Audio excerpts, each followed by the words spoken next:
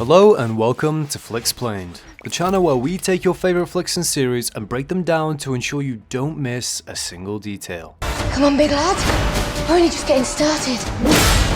Today we're going to be breaking down everything that you need to know about The Witcher Blood Origin before watching it.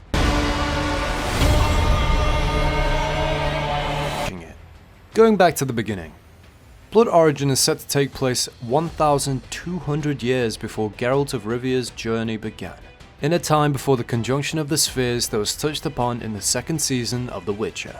According to Declan de Barra, the creator and writer of Blood Origin, the story is going to show more of what life was like during the final days of the Elves' Golden Era. The world around the series is going to be pre-colonized and mostly give insight into what it was like for the Elves before their world merged with that of the humans. While the Elves may have excelled at using magic and understanding science, their social system wasn't the best. Their society suffered from a brutal caste system that divided their people using their class to determine their value. This caused countless wars among their kind, and in the end, made it easier for their society to crumble around them when the worlds began to conjoin. Blood Origin is mainly going to focus on the final few days before the Elven collapse and the world of The Witcher became plagued by monsters. The main events of the series are going to center around 7 heroes who all must learn to set their differences aside to stop the spread of evil across the land. According to the official synopsis for The Witcher Blood Origin, the 7 heroes in the story are going to have to unite in order to take on a seemingly unstoppable force that took everything from them. And in uniting their blood, they will end up creating what's been referenced to by Declan de Barra as a prototype Witcher. By that, they mean the first Witcher. In an interview with de Barra, he was asked what he meant by prototype, and he basically said that by the time Geralt became a Witcher, he was essentially version 13.0, but in Blood Origin, fans will get their first look at the 1.0 version. During a sequence of events that will inevitably lead up to the conjunction of the spheres, Blood Origin will see the worlds of elves, monsters and men all merged into one, welcoming the cast and crew.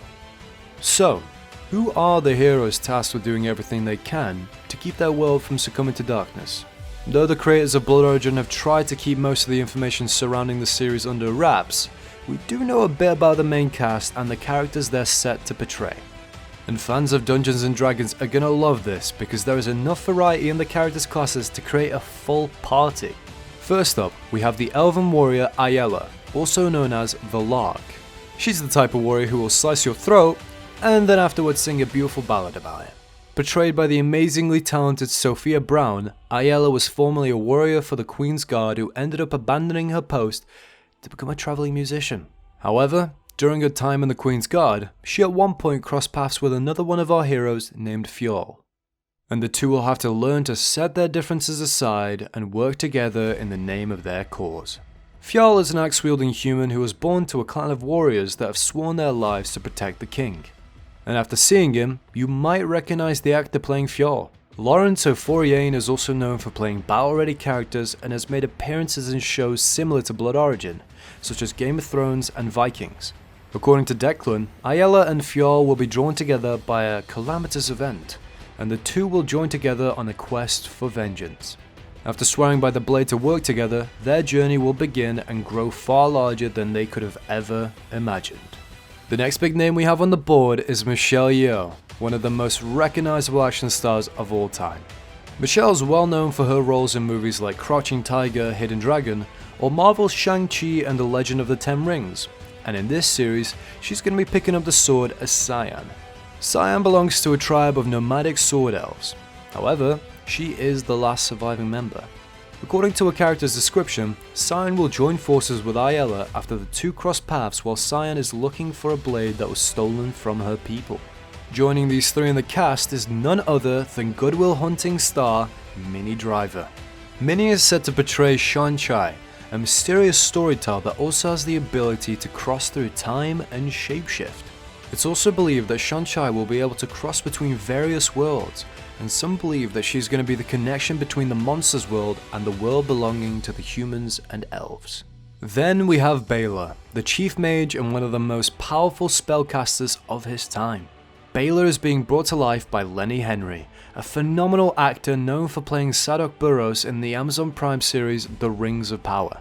And according to the actor, Baylor is a character who has always been mistreated due to him being considered low-born, meaning lower class, despite the fact that he was immensely powerful.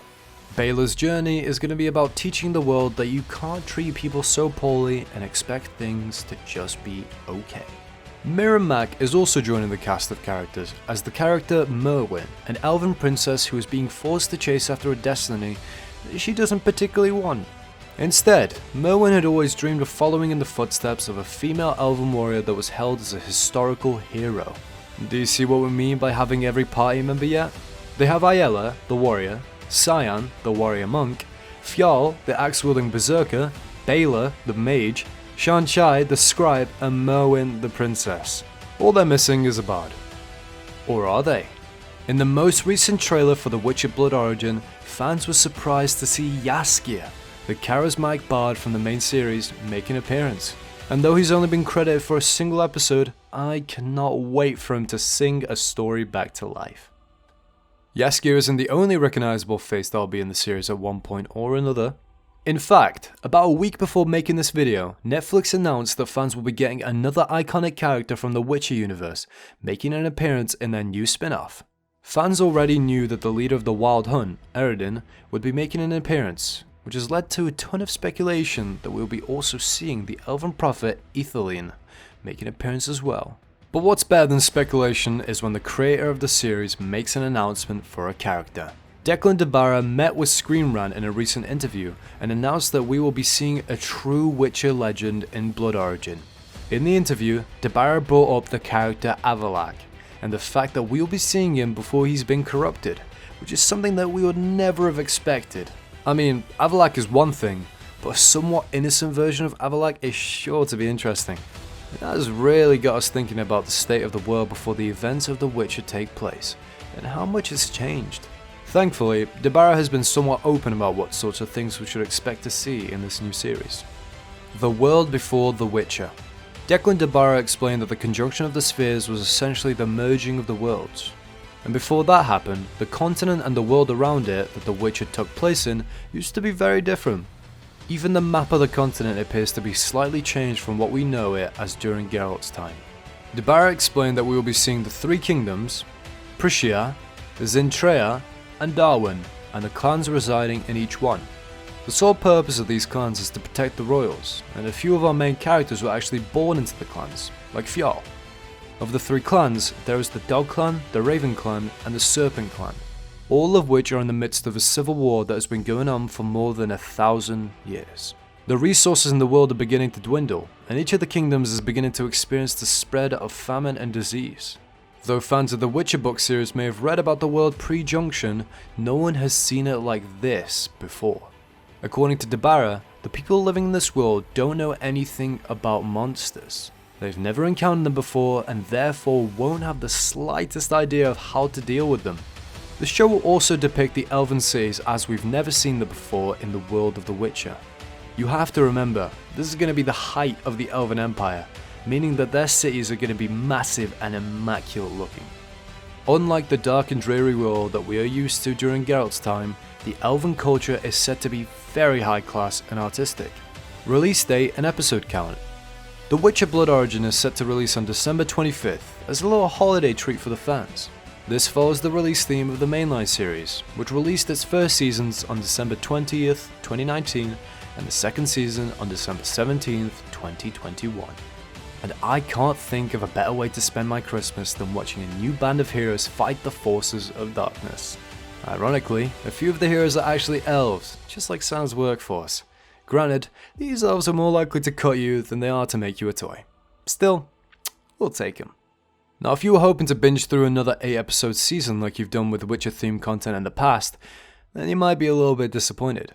Blood Origin has been announced as a 4-episode miniseries, and has actually been described by the writer as basically being a 2-part movie. DeBarra claimed that 4 episodes filled the perfect amount of time that they needed to tell the story. According to him, you never want to be watching a movie going, I love this movie, and then you start to look at your watch going, oh, please end soon. And this is a fair sentiment, sometimes less is more. Just ask those charming bears. However, what's interesting is that if you check out the IMDb page for Blood Origin, you'll notice that a lot of the main cast has actually been credited for 6 episodes, which has some fans wondering where the other 2 episodes are hiding. Whether it's 4, 6 or 8 episodes long, it's looking like Blood Origin is going to live up to the Witcher name and provide its audience with an action-packed and thought-provoking story that none of us are going to want to miss. What are you most hyped about in Netflix's upcoming Witcher spin-off? Make sure you let us know in the comments below. If you enjoyed today's video, leave a like and subscribe to our channel to ensure you don't miss a single upload.